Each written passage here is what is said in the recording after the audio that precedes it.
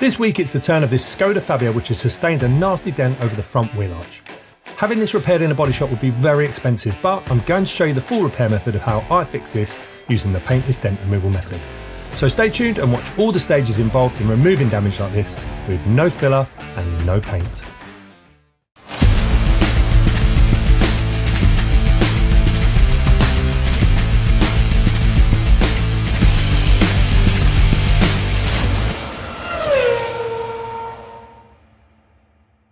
Hi everyone, it's Jake from First Shot Dents with another repair video showing you the advantages of paintless dent removal. And today this video is sponsored by Skillshare, but more about that later in the video.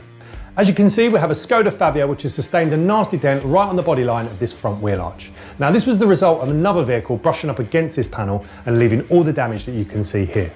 Unfortunately, when something brushes up against the side of a vehicle, it never leaves a straightforward dent, especially when it hits a strong body line. It tends to leave a mixture of dents and creases.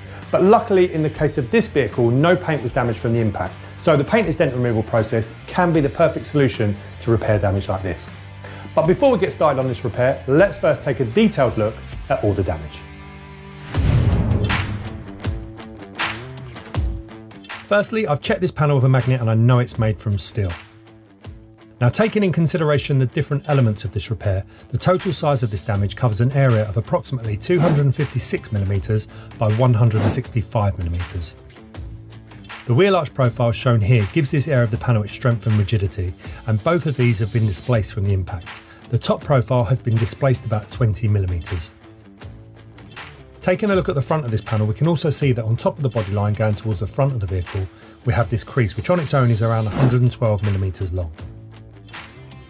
As with nearly all dents and the nature of the metal, we have some high ridges on the panel, which are shown here in red. This is where the metal has been displaced from the impacts, flowing out to form these ridges we call crowns. From what I can see, this looks like an original factory painted panel, so I do have the option of using glue pulling if needed.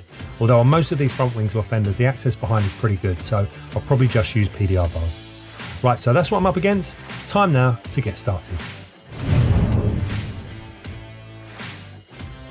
So to get behind this panel, I need to loosen the stone guard, otherwise known as the wing liner.